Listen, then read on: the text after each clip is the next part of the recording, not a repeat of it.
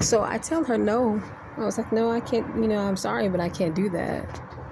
Oh, no, you're right. And I'm like, so you didn't know that before? You needed me to tell you that? So I don't know how long after that, but it was real short after that. She kicked me out. And it was on some, bullshit, go ask your family for some help, go get your family to help you. Now, she was the one who asked me. And how did she know that I was having these conflicts with my brother? Because they were the ones creating it. These people are evil. And the reason today that I'm talking about this is because I want to try to really highlight just how sadistic and calculating these quote unquote churches, these businesses, and these companies are, and how intertwined they are with these corrupt networks that are underground. Sex trafficking, pedophilia, drugs, all of those things. These churches, these high level members of the church are connected to. And they are literally inside the church looking through these places at people to see who can be a candidate for this shit. I'm not even making this up. I can't make it up. Because the entire time I was down there in that little shitty ass city, I was being asked to live with people. You can live with me if you're going through that. No problem. You can come live with me. And then we just kicked out for no reason. For no reason at all. And it was because that was the plan, to have me out homeless, so that I'd be vulnerable to the crimes and to the plan that they had set up for me.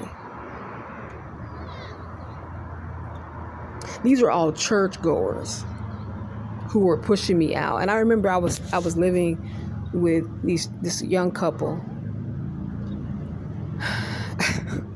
Same city, same congregation I was going to. Everybody, they were all in the same congregation, right? And I was living with them, and this is just for people who know what the organization, the Jehovah's Witness organization is about, what their belief systems are and all that. And I remember the wife kept asking me one day, she was bringing me this magazine, and she kept asking me if I could see in the magazine this, if there was a Baphomet, a picture of a Baphomet. And at that time, I had no idea what the fucking Baphomet was. I was like, what are you talking about? So she's like, can you see like a subliminal Baphomet in this magazine? Because that's what they're saying. And I said, who's saying that? And she was like, oh, there's people talking about our organization, the church, or whatever. They're saying that you could see a Baphomet in our magazines. And I was like, what is a Baphomet? The one with the horns and blah, blah, blah, blah, blah. And I was like, no. But she kept talking to me about it, because it was almost like she was trying to throw it in my face. Like, bitch, you don't even know what you're involved in here. You think you're involved with a straight shooting church? You're not involved with a straight, honest, legitimate church. We're involved with some very, very deep, seedy, dark shit. Is what because she was very cocky. She was very, very narcissistic. And she was always daily throwing those kind of things in my face, because it was like, I love reading the Bible. Whenever they would have Bible study, I would be the first one, at the table. I would, a lot of times when they weren't initiating it, I would initiate it. So she knew how devoted I was. And it was like she was trying to throw it in my face, like, you're all devout to some shit you don't even know what it is. So the Baphomet, there was a couple other things that's a part of the occult that she was bringing up that I learned from her. because at that time I didn't know anything about those things. And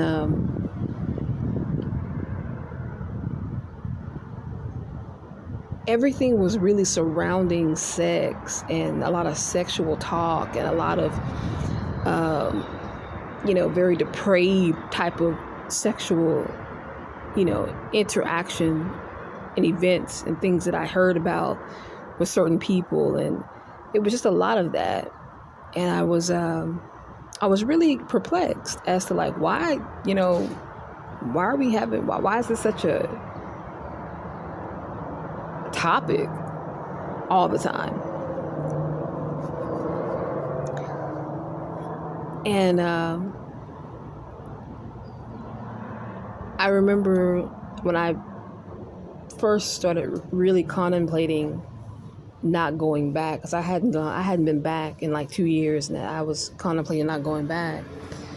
I was already on YouTube, and I was already dealing with the backlash of being gang stalked, and I was discovering what that was, and I was talking to a few people that was involved with who this was happening to as well. And I remember coming across this guy's page. You see what I'm talking about? See this dumb shit? You see how she was recording me? Like, you see how packed it is back here?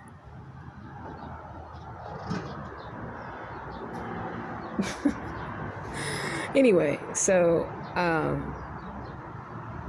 I came across this guy's channel, and he was talking about, he was an ex-Jehovah's Witness, and he was also talking about the fact that he was gang stalked.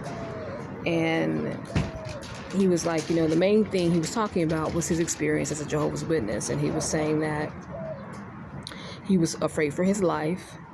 And he was like, the reason why he was afraid for his life is because he knew that the Jehovah's Witnesses were involved in sex trafficking. And he's like, the reason why I know this is because a girlfriend of his had got caught up, and she had been raped. And, she was basically dealing with the same thing that I'm dealing with. And she was once a Jehovah's Witness. And he said he stumbled across something. He wouldn't say what it was, but he said he stumbled across something that proved that the reason why she was going through what she was going through was because of the particular congregation that he was going to. Some of the brothers and the elders in that congregation. Now, again, I know people are going to be quick to want to compartmentalize that and say, oh, well, that was just an isolated, church. No. There's been other incidents in different locations and different places. But those things have always been shut down because these people have money. They have a lot of money, and they have a lot of pull. And not only that, but I'm another confirmation, because I know that those individuals, those men and those women, were trying to push me into, first they were trying to push me into a consensual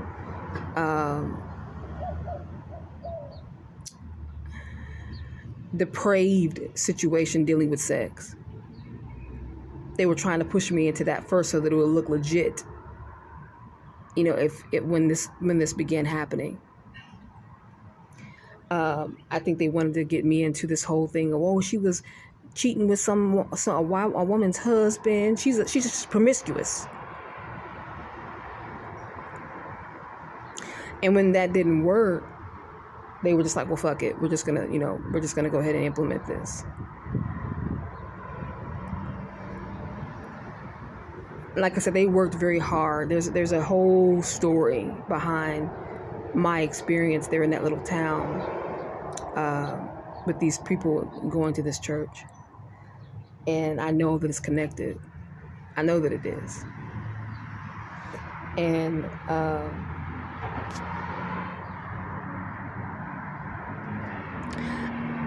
I can't stress enough to people who are in this community, if you really are in this community and you're legit, how important it is to begin researching these restaurants, these owners, these churches. If you are a part of a church, if you used to be a part of a church, start investigating the foundation and the background, and I guarantee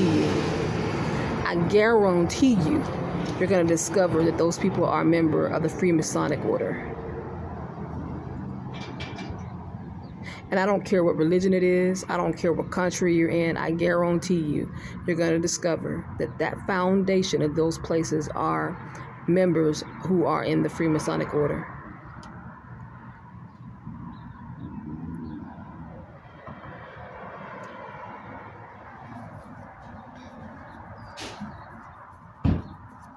And then you need to do your due diligence to research and find out who and what these people are, and how much of this world they own, these companies, these restaurants, these car dealerships, these banks, and, all these places that, especially the restaurants and shit, like the phone companies. Apple company belongs to a Freemasonic family. Wendy's, Whataburger. Those, just to name a few. Walmart.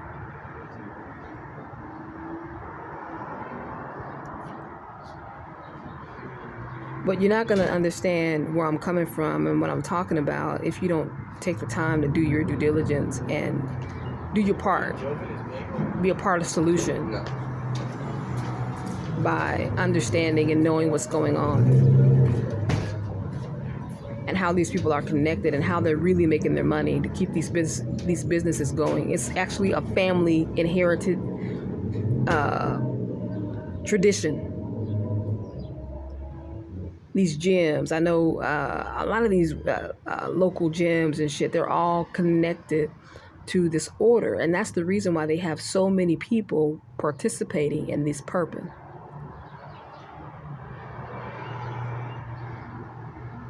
That's why it's worldwide. That's why you have 50 to 60 people following your ass all day.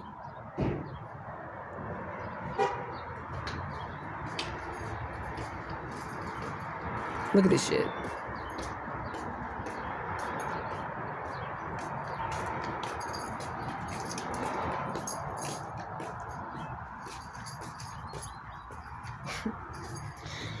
But it's all connected to people in the music industry, people that are in the movie industry. It's connected to Hollywood. It's connected to everything. Everything.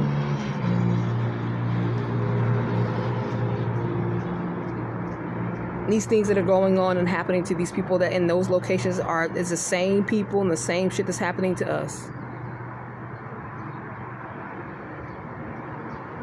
Those of us who are real anyway. And like I've said many, many times, there's only about 1% on YouTube. But gotta take some time to look into those things and connect the dots. Connect the freaking dots.